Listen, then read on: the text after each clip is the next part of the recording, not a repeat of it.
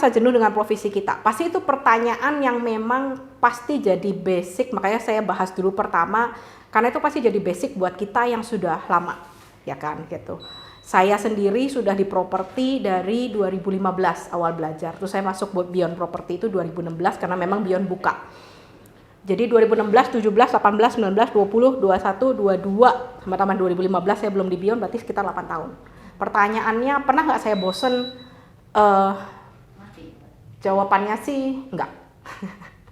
Jawabannya enggak. Kenapa? Karena memang gini, kita bosen atau enggak udah pasti gimana ya? Kita pasti nggak bosen sama duitnya. Itu udah pasti satu, ya enggak. Yang kita bosen apa sih sebetulnya? Mungkin yang akan kita hadapi kejenuhan adalah ketika kita berhadapan sama orang-orang yang sulit, klien-klien yang sulit. Atau misalkan memang negosiasi yang mungkin nggak berapa kali batal. Nah itu bisa mengakibatkan kejenuhan atau bosen.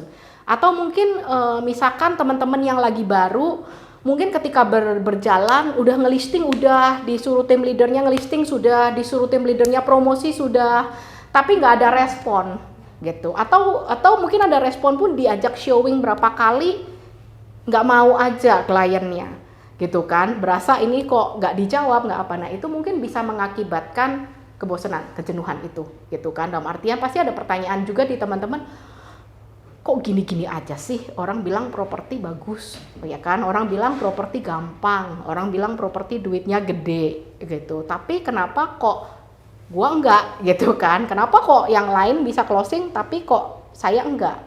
Nah itu akan bisa mendapatkan kejenuhan juga. Nah mungkin saya jawab dulu yang pertama, bagi teman-teman yang mungkin memang lama, memang sih obat saya adalah saya harus excited dengan apa yang harus saya kerjain gitu. Pertanyaannya adalah semuanya sama, ketika teman-teman menjalani ini 3-6 bulan itu pasti harus ada harus ada perasaan bahwa teman-teman suka nggak di bidang ini. Jadi memang pasti ketika 3-6 bulan teman-teman jalan, namanya mungkin ya awal-awal teman-teman nyoba masuk, pengen coba dulu lah di properti gimana sih belajar, it's okay. Tapi 3-6 bulan itu teman-teman harus punya review ke diri sendiri, teman-teman suka nggak bidang ini. Yang saya maksud suka adalah satu, suka nggak lihat rumah? Kalau lihat rumah ada perasaan nggak sih gitu, ngelihat lewat rumah itu menyenangkan nggak gitu, enjoy nggak? Yang kedua, suka nggak ketemu orang gitu, ketemu si A yang sifatnya begini, ketemu si B yang karakternya begini, ketemu si C yang adatnya begini, itu sebetulnya bisa nggak kita handle, bisa nggak kita suka? Bukan berarti saya menyukai semua klien saya, enggak ya gitu, tapi seneng nggak ketemu orang, itu dulu. Tahan nggak kalau ketemu orang-orang yang berkarakter misalkan mungkin beda dengan karakter kita. Nah itu yang harus teman-teman review. Kalau misalkan dari ketemu orang dan lihat rumah sudah tidak suka gitu, memang menjadi berat ya kan, karena bisnis kita ini bisnis yang jual rumah kepada orang, bukan kepada setan gitu kan. Jadi memang ini dua elemen ini yang harus teman-teman jawab gitu. Udah gitu nanti karena dua dasar ini tuh akan menjawab pertanyaan-pertanyaan yang lain. Misalkan nanti negosiasi susah, tahan nggak gitu kan, ketemu orang yang adatnya macam-macam, kuat nggak gitu. Nah ini semua semuanya ini tuh berdasar pada suka nggak lihat rumah sama itu. Kalau teman-teman jawabannya iya suka, maka itu sebetulnya sudah jadi baterai lah ya untuk ketika kebosanan datang itu bisa jadi obat. Misalkan nih ya, misalkan saya suntuk karena misalkan nego nggak jadi-jadi atau saya kesel sama bayarnya, misalkan. Maka saya pasti akan obatnya adalah saya pasti cari listing.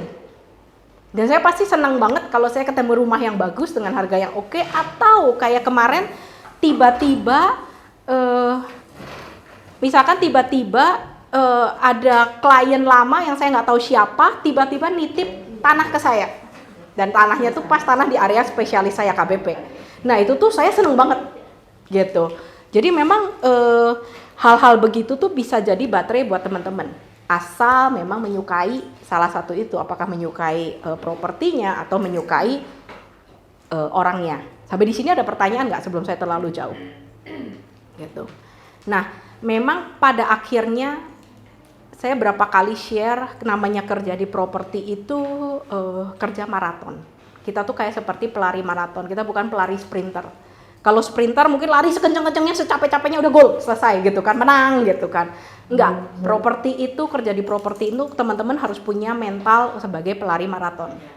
Pelari maraton itu harus tahu di mana dia bisa mendapatkan air. Tahu kan ada pos-pos, kalau teman-teman mungkin lari maraton, saya bukan pelari maraton, tapi saya tahu kalau pelari maraton itu ada pos-pos di KM-KM tertentu yang orang akan kasih air atau kasih pisang gitu kan.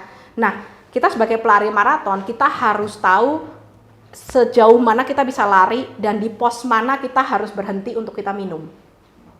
Nah, itulah di properti. Gitu. Minumnya dari mana? Tergantung. Kadang itu misalkan yang saya tadi bilang, misalkan saya closing. Nah, itu sesuatu tambahan energi, itu seperti minum. Kalau saya lagi haus, capek, itu seperti minum. Atau misalkan saya ketemu listing yang bagus, yang kayaknya wah saya bisa jual, itu juga sesuatu pos yang bisa memberikan saya tenaga lagi. Nah, teman-teman harus tahu itu. Jadi jangan punya mindset berpikir bahwa oh di properti mah gampang, gue sekali showing, negonya udah dapet deket, bayarnya real, selesai, gue dapat duit. Itu nggak seindah itu. Mungkin teman-teman yang lama juga udah pada tahu lah gitu kan. Kadang dibutuhkan proses, dibutuhkan banyak pembelajaran, dibutuhkan banyak latihan yang memang bisa mengakibatkan kejenuhan. Tapi kalau kita sendiri tahu titik-titik lemah kita di mana, nah itu bisa diakalin.